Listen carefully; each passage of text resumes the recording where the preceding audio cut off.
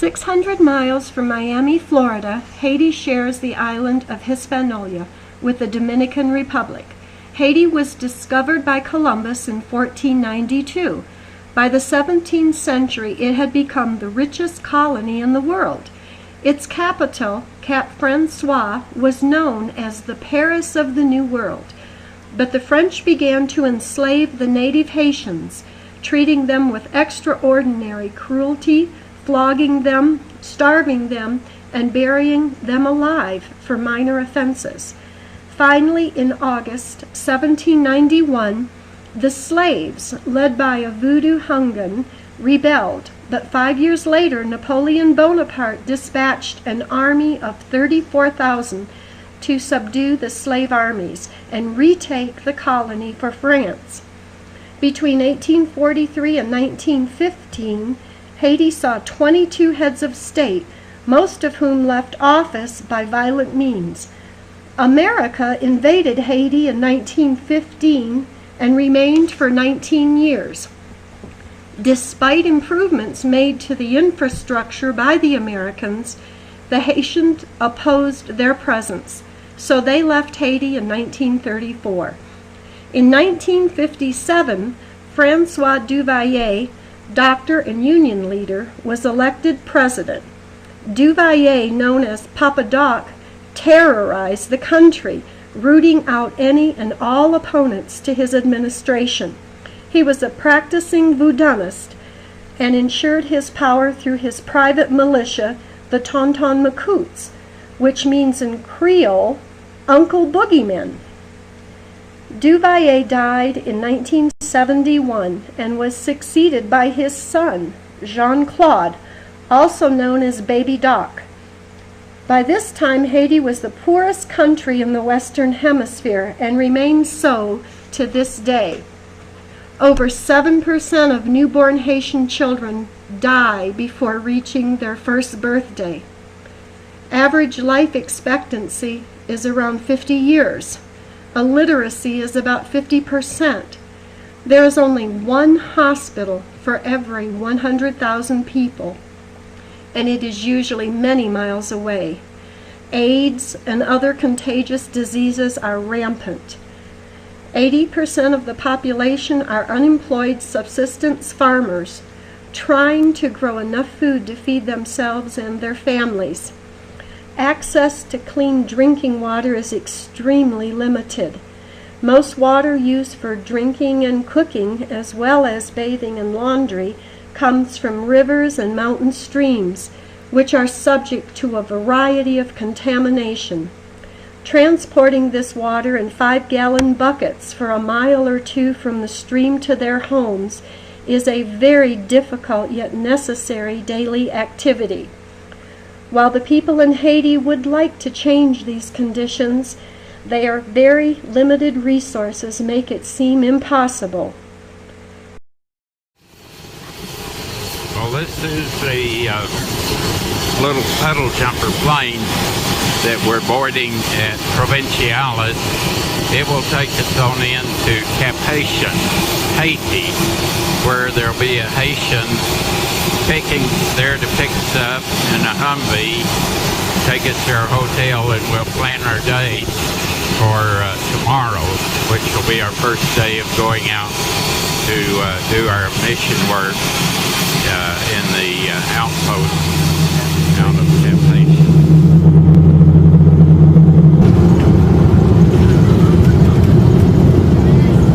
And we're here, our hotel.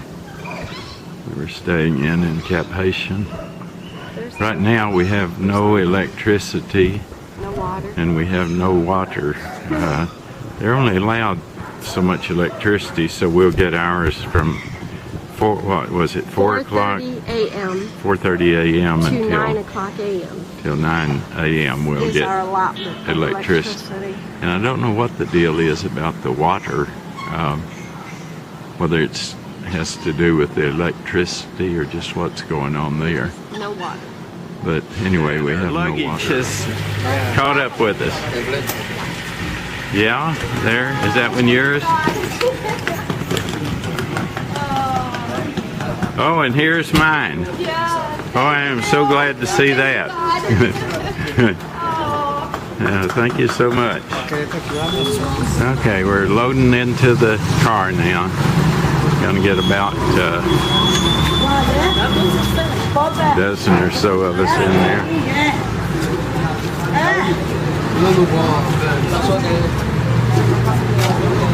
Let's see, we've got 1, 2, 3,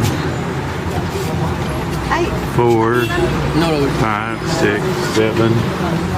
Counting me. He's getting in the back. Okay.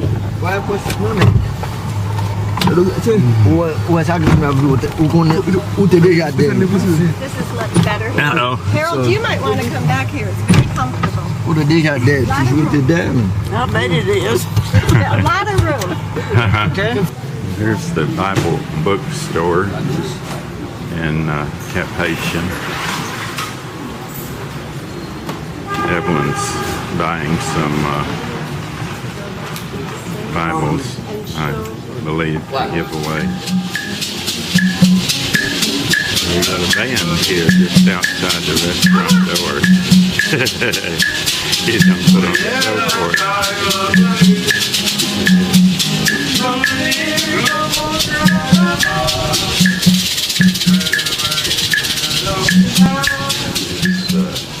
Haitian, and you say that we take this road here to Don Don, Yes. and then on down to Saint Raphael, where we'll do our eye exam work. But the people are being brought in from. Well, its name is not on here, but it's outside of Hinch. And that's the community where the blind people are, Yes. and they're being brought up here to. They're coming quite a distance. This is our first morning to go out from our hotel in Cap Haitian into a little outpost to see what's going on there. Beautiful flowers and all here. And there are some tennis courts just up in the back here. Okay, getting ready to go out our first morning to the outpost. We've got our assistant here. What was your name again? I'm sorry. Kelly, our assistant Kelly. And we travel in the Humvee. We're getting our equipment and materials loaded in it now. I think we're going to have several making the trip with us. And we're almost ready for departure. Gonna try to let in a little air. It's gonna be a pretty hot, dusty drive, I expect. And we're off.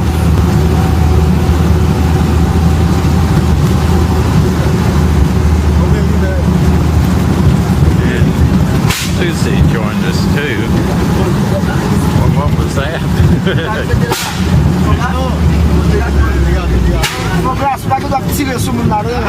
What was that? I sure hope it's not gunfire.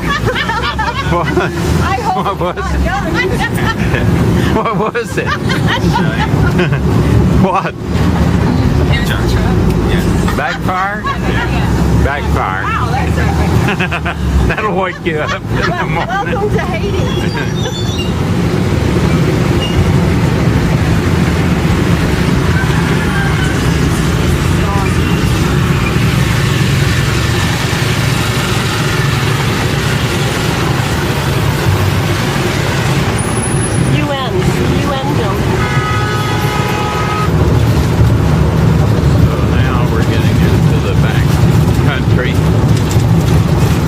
Out of the city and headed out towards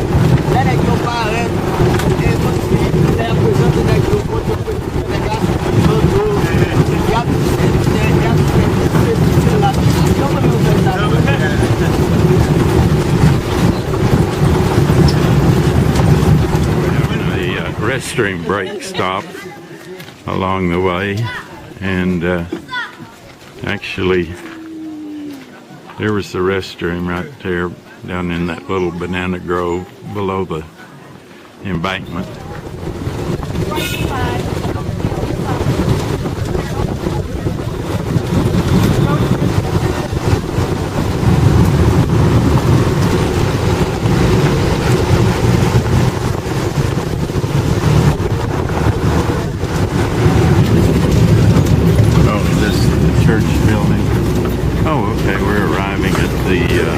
Church building here, which is where we're going to see our patients today. So it's taken how long? 2.5 hours? 2.5 hours. And they've come in for probably... Important. L'autre entrée sans ligne avec. Ok, oui. Avant de commencer, on va ouvrir parler. Ok. Jackie could Okay. Oui, sans lui lâcher, sans jamais faiblir. Oui, agir, après nous, sans Jésus, notre avec amour, sois fidèle, obéissant, et même rendra ton travail puissant. Va vers ceux qui meurent sans espoir.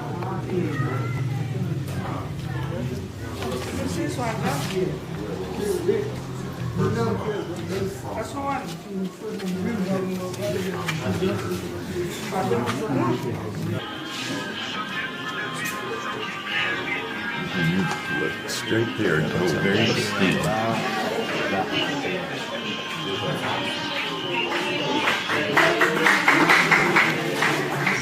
Okay, it's still the same. The first one was 208 over 125. This is 210 over 125. Okay, that's too high. I know, hypertension.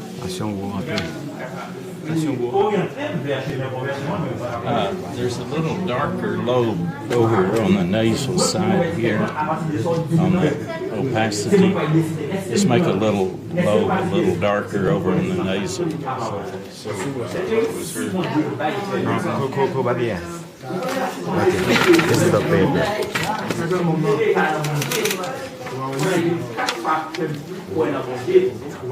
And Liana? Iliona.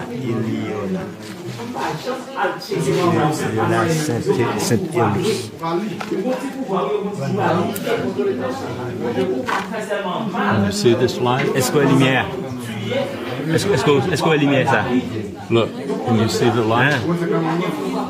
So you Look up now. Okay, look up. No, she needs to look up. Up.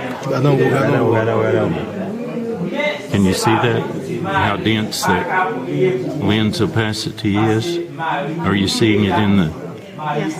Okay, let me This move is over. outside the building where we're holding the clinic.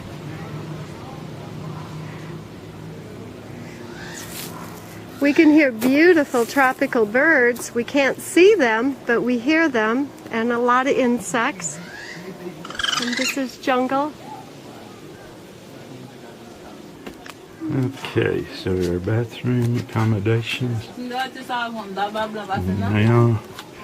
my entourage for my bathroom.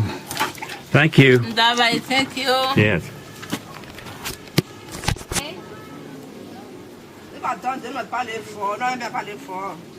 Sentez-le bienvenue, mes amis. Parlez fort, dites bonjour à fort. Where at Betsy?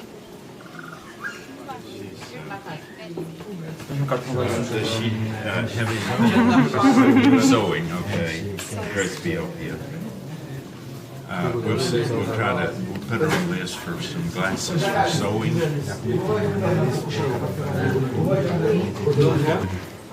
The humidity and heat is overwhelming. Watch Harold's glove as he takes it off. pure water dripping out of it. And we're on our way back, loading up. We're also gaining 2 new passengers to take back. Hi, buddy. There are some big rocks up here in the road if you can get them.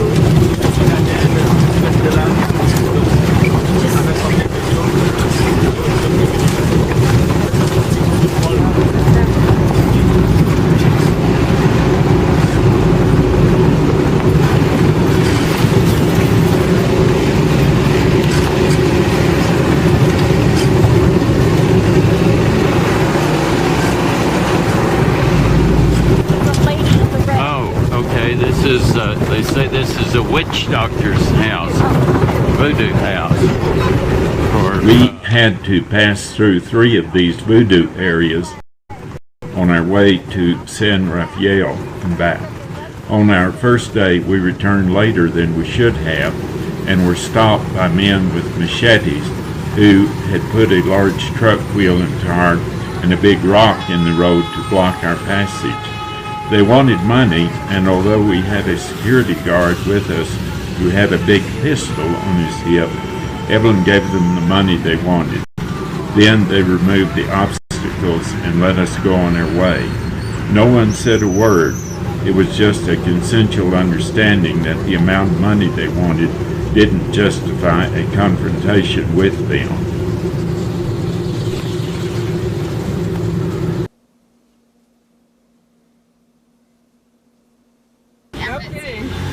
I need the new members of the trip. This is Tristan and Becky. Betsy. Yes, Jasmine. Okay. And This was our 3rd day going out to San Rafael.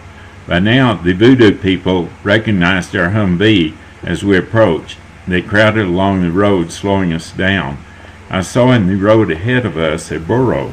There was a witch doctor behind him with a bullwhip coiled in his hand. He took a running jump, mounted the burro from the rear, and rode to the side of the Humvee where Tristan and Betsy were sitting. He lashed out with the bullwhip, striking the Humvee canopy just above Betsy's head. Then all the assembled Bodanists cheered. We got past them, though, and continued on to San Rafael, where the people greatly appreciated what we were doing. well, we're depending on these tires to get us there and back. There's what, 14 of us in the Humvee now? And we've kind of taken a rest room break here for a few minutes. Our trusty Humvee. Eternal hope in Haiti. Good slogan.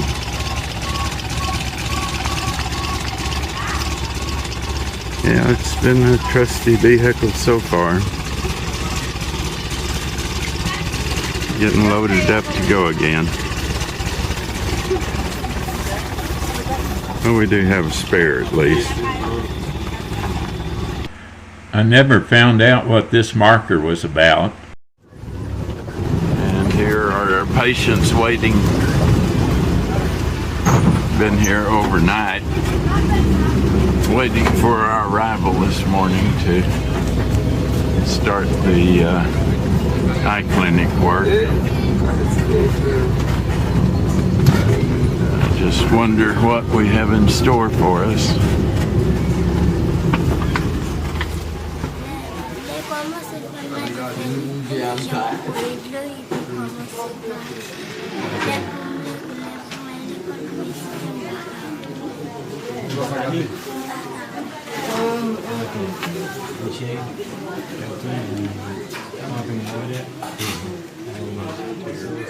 She has no idea when her eye trouble started. No, she's not there about. She says exactly when the first baby that she gave birth to. Yeah. Then she started having eye problems. Yes. What was her age at that time? So she doesn't remember. What age when she had her first child? She doesn't remember. Okay. Regardez qui l'a ajouté bien au fait. On va songer. Pour le premier piton. L'exploration qui a été faite.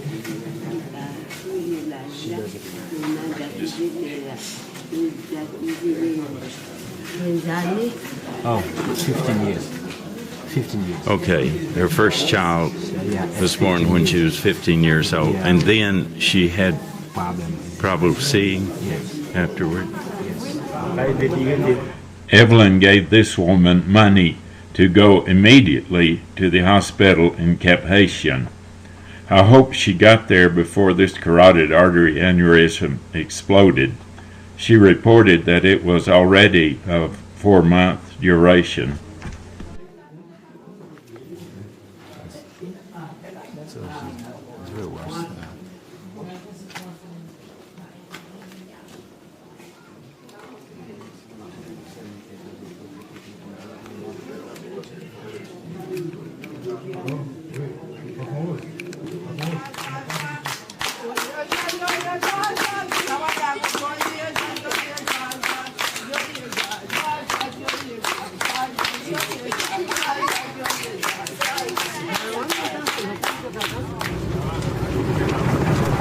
We've got to head homeward before it gets any later.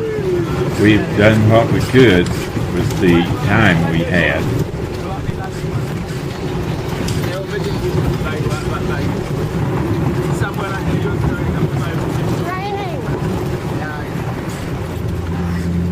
We saw 105 patients during the 3 days we spent in San Rafael.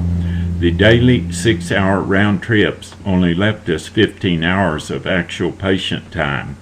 I saw eye conditions I'd never seen before, like this staphyloma. I had seen this condition before. Byron Huertes, the 20-year-old man I saw when I was on a previous mission to Guatemala City.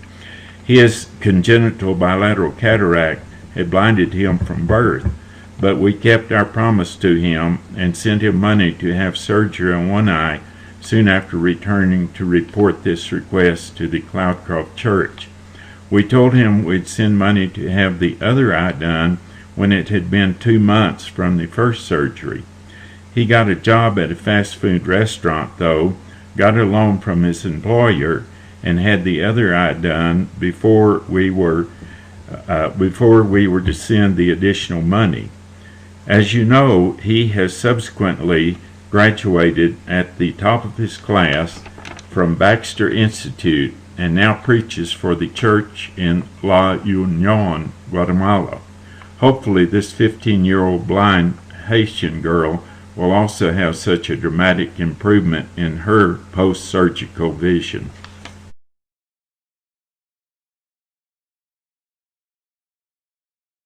Otherwise, most of the cataract we encountered was ordinary senile cataract. Some eyes were blind from corneal scars, traumatic such as this, or from infection such as this. We were surprised by the amount of hypertension we encountered. There were a few children who needed rather strong glasses, several cases of glaucoma, some of which, if controlled, will spare vision, and some of which were already damaged beyond help. Most patients we saw were illiterate, but many needed reading glasses for sewing or beadwork. Evelyn Boyd established an orphan home in Cap-Haïtien after she was widowed about 25 years ago.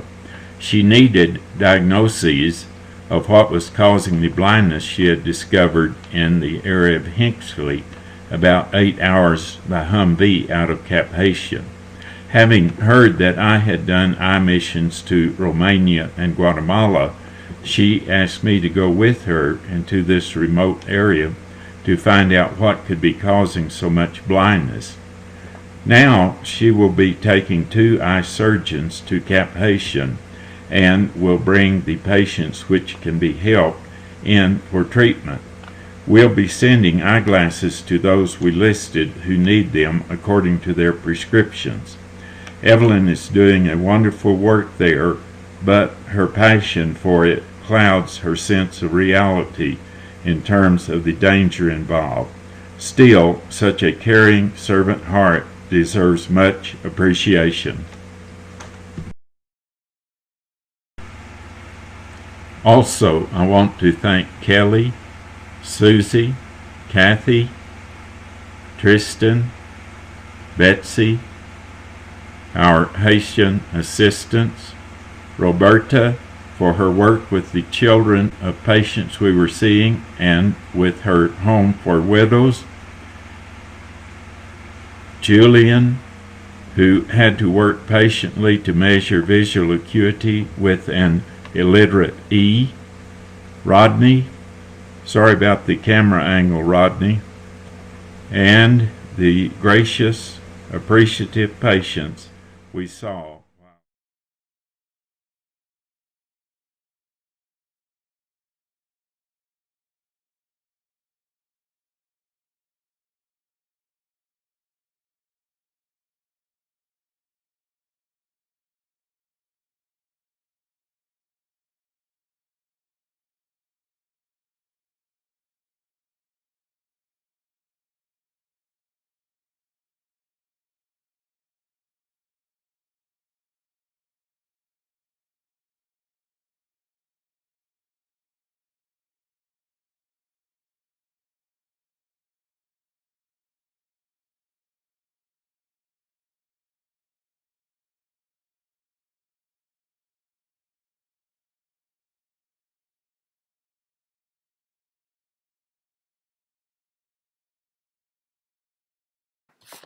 People have asked us, would you do it again?